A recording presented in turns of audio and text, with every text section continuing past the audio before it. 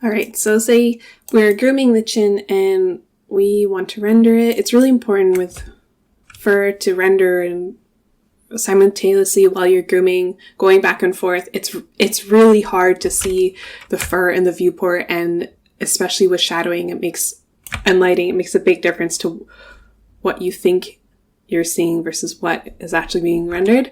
So let's set up a render camera.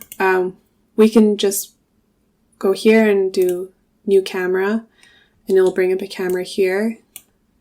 And if I start zooming around in here, you'll see it's jumped back to no camera.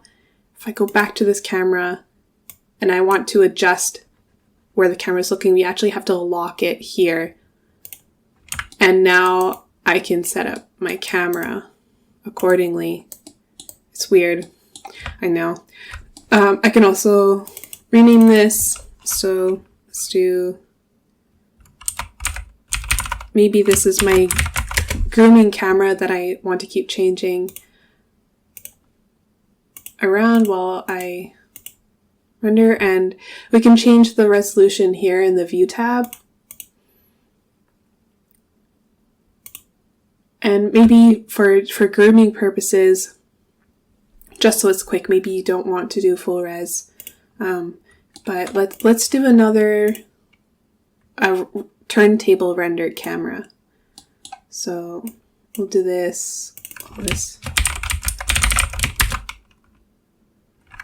Oh.